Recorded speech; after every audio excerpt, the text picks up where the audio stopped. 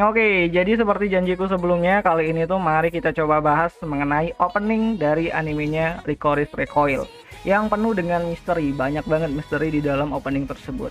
Nah, jadi sebelumnya aku mau ngomong dulu kalau apa yang bakalan ku sampaikan ini tuh adalah ya teori gitu kan, nggak tentu selalu benar dan baku, jadi kemungkinan banyak salahnya. Tapi itulah caranya menikmatin anime original dengan berteori-berteori. Kalau salah juga nggak apa-apa gitu kan, santai aja gitu. Nah, jadi langsung aja lah, mari kita coba bahas opening dari Licorice Recoil yang dibawakan oleh Clarice dengan judul Alive. Nah, jadi opening ini tuh dibuka dengan penampakan dari si Chisato yang sedang membuka toko Licorico gitu kan, pagi-pagi banget gitu, subuh-subuh gitu kan, dengan slogan Sweet and Coffee-nya gitu. Nah, jadi jika kalian perhatikan di sini tuh ada burung merpati yang bisa menyimbolkan kebebasan. Yang biasanya itu kan nyimbolin kebebasan tuh, burung merpati warna putih gitu. Dan ya karena Chisato ini tuh ceritakan tuh tinggal di apartemen ya sendirian, dan ya di sini kita diperlihatkan Chisato itu ngebuka kafenya pagi-pagi banget. Dan apakah artinya Chisato akan pindah dan tinggal di Licorico bersama dengan yang lainnya? Menarik untuk ditunggu. Dan kalaupun iya, kemungkinan iya Chisato selamat di akhir cerita itu cukup tinggi banget gitu kan, dan dia bisa hidup normal layaknya ya gadis seusianya gitu kan, secara normal gitu.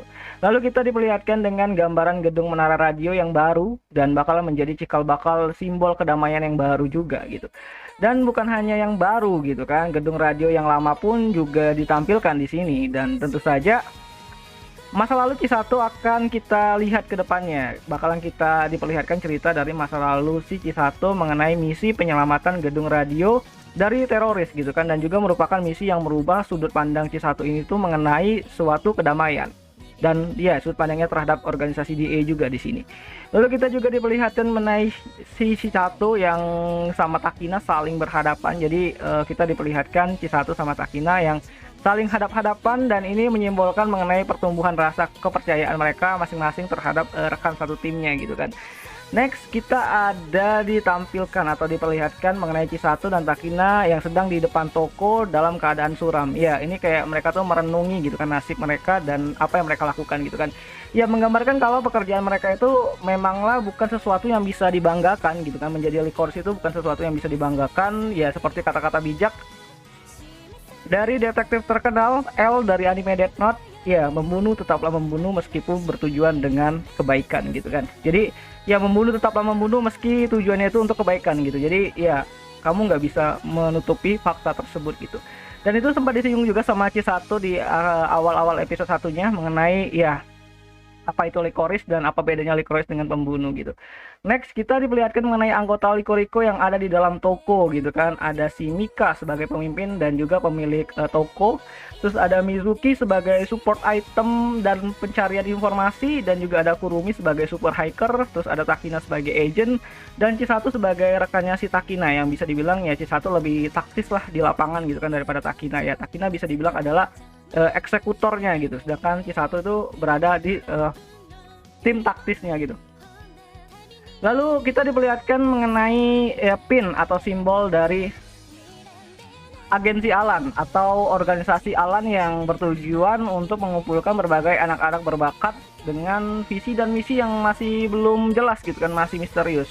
Namun kalau boleh berteori gitu kan, organisasi Alan itu ya memiliki tujuan yang untuk menggantikan organisasi DA gitu kan. Jadi ya Alan Organization itu diciptakan untuk bisa menggantikan DA yang berada di pihak pemerintah, karena ya menurut mungkin visi dan misi orang-orang yang ada di Alan Organization itu mungkin ya DA itu nggak bersih-bersih amat dan tidak berada di pihak yang benar-benar adil gitu. Dan ya kemungkinan besar organisasi Alan itu juga memiliki jaringan khusus terhadap organisasi penyelundupan senjata yang menjadi apa ya konflik utama di animenya Licorice Recoil ini gitu kan. Next, ada bunga paling indah di dunia anime, yaitu bunga Spider Lily yang menyimbolkan rasa sedih dan kematian gitu. Ya, bunga Higanbana ini tuh adalah bunga yang menjadi simbol dari organisasi DA yang mungkin telah menyebabkan kematian yang begitu banyak anggotanya gitu kan. Dan karena DA adalah organisasi yang mengumpulkan anak-anak yatim piatu dan dididik jadi mesin pembersih kejahatan, atau ya bisa dibilang adalah pembunuh. Bisa dibilang DA tak menerapkan yang namanya tuh HAM atau hak asasi manusia kepada anggotanya, yang mana nantinya akan disebut sebagai Licorice gitu. Dan ya ini dibuktikan dengan adanya tidak adanya kartu tanda penduduk gitu kan bagi para Licorice. Jadi mereka tuh nggak punya identitas, makanya di episode 2 Chisato ngomong kalau dia nggak bisa pergi keluar Jepang karena nggak punya paspor, apalagi KTP gitu.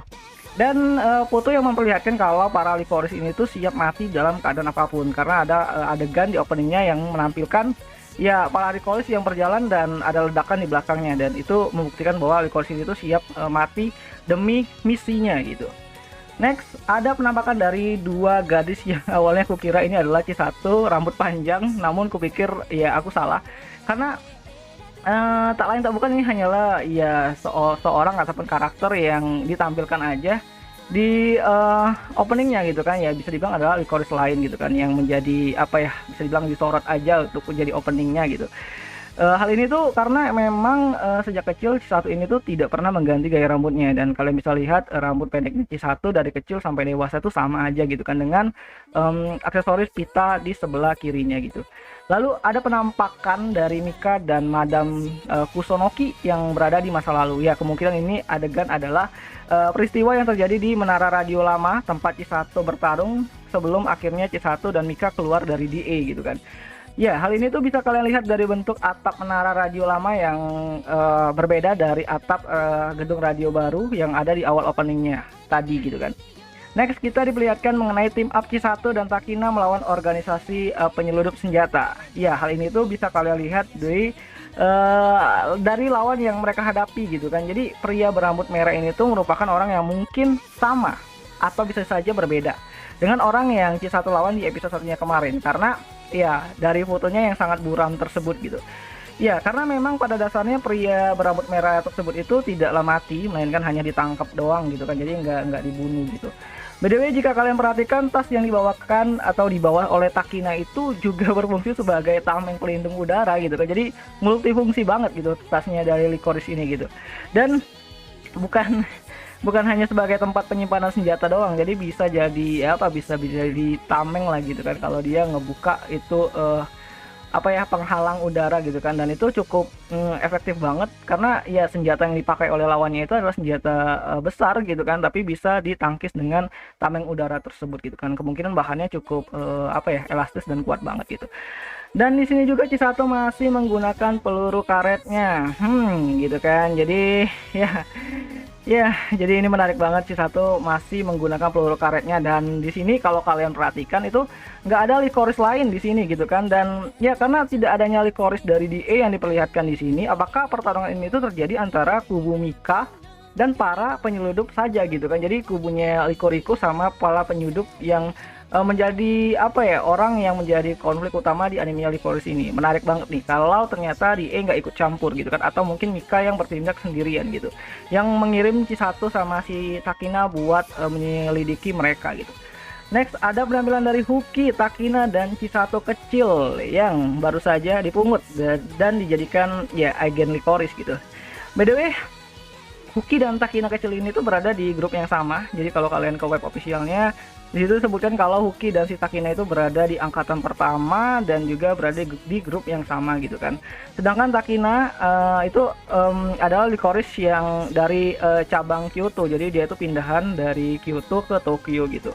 Next, ada penampakan dari si Chisato yang mana ini adalah ruang yang ada di fasilitas DA. Jadi kita ditampilkan karakter Chisato yang berada di suatu ruangan di fasilitas DA, yang mana ruangan tersebut itu sempat disinggung juga di episode ketiganya, dan tempat di mana Licorice berkumpul untuk suatu kegiatan, dan juga sebagai tempat yang sangat difavoritkan sama si Takina. Dan kalau kalian sudah lihat trailer ataupun previewnya atau ya video promosinya, harusnya ada Takina di tempat ini, jadi dia sama si Chisato tuh ada di sini harusnya, tapi di sini ditampilin cuman Chisatonya doang gitu. Next, selanjutnya kita bisa melihat Chisato yang berjalan dengan latar belakang yang menampilkan logo Well Not, Kurumi, dan Robotak gitu kan.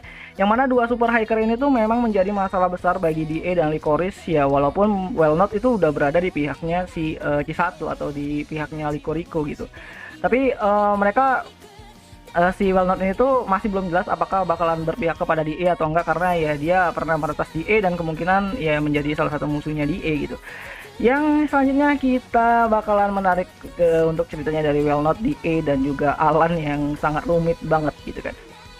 Nah, selebihnya kita diperlihatkan mengenai gambaran nih ya, gambaran fan service lah, pose-pose cantik-cantiknya dari Chisato dan Takina yang dianggap itu kayak ya jika mereka itu hidup normal jadi gadis biasa tuh seperti itulah, mereka tuh fashionable gitu kan, mereka ya jalan-jalan di mana gitu kan.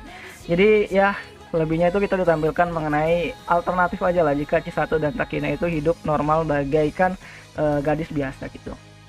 Lalu yang paling menarik dan yang paling menjadi topik utama di opening ini itu adalah mengenai penampakan Takina dan Chisato yang sedang membelakangi sebuah mural yang berisikan logo Well Not, Robotech, Licorice, Alan, dan satu lagi logo misterius yang akan menjadi simbol bagi musuh masyarakat Jepang. Ya, itu kemungkinan besar adalah logo yang menjadi simbol bagi para penyudup senjata yang ada di ceritanya Licorice Recoil ini. Karena ya itu adalah salah satu organisasi ataupun mungkin ya kelompok yang masih belum diceritakan dengan jelas gitu kan ya. Logo burung memegang pedang ini itu bakal jadi logo dari penyudup senjata tersebut, karena memang sangat sulit menampilkan karakter ataupun mungkin kelompok baru lagi jika ini anime mengadaptasikan 12 episode jatuh tayang gitu.